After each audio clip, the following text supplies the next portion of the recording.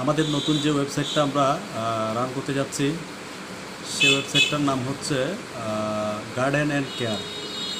garden&care.com।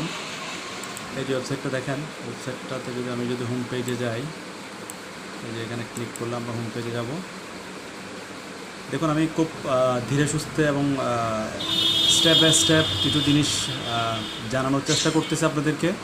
যারা বিগিনার আছেন তারা যাতে বুঝতে পারেন এসইও করতে গেলে আমাদের কি করতে হবে।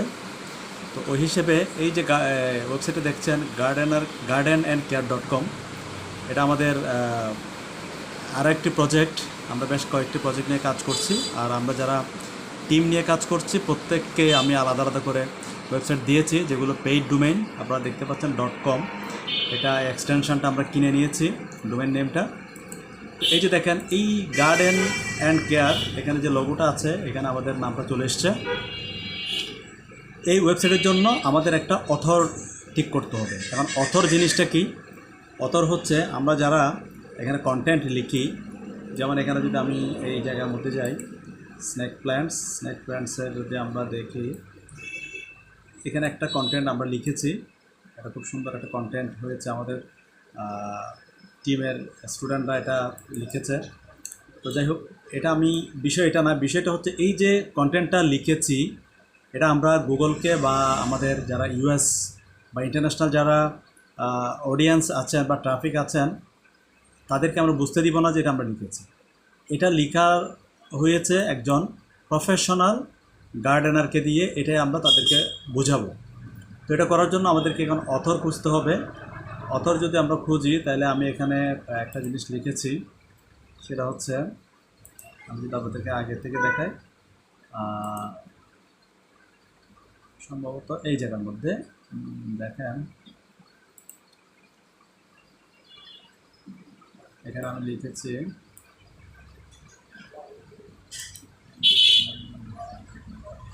এই যে আসছে, এই যে দেখুন, এগুলো কিন্তু খুবই ইম্পর্ট্যান্ট তথ্য।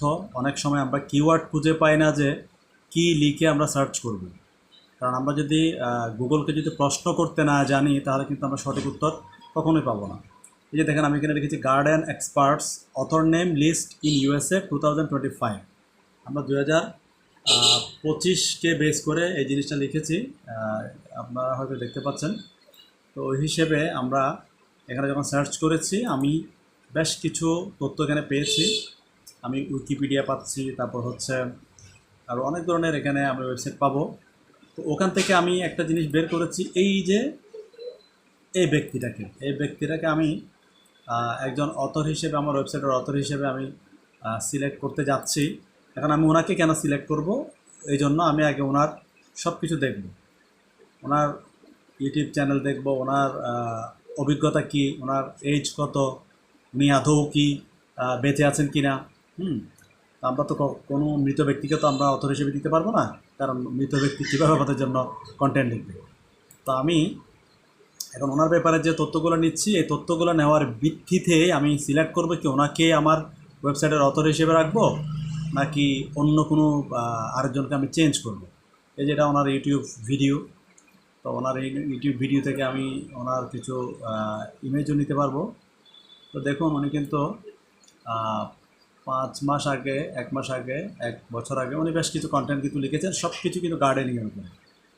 তো আমি চাচ্ছি অথরিটি বিল্ড আপ করার জন্য, যে আমার যিনি অথর হবেন উনি যাতে গার্ডেনিং সম্পর্কে অনেক কিছু জানেন, বুঝেন, এক্সপেরিমেন্ট করেন, এটা যাতে মানুষ বুঝতে পারে।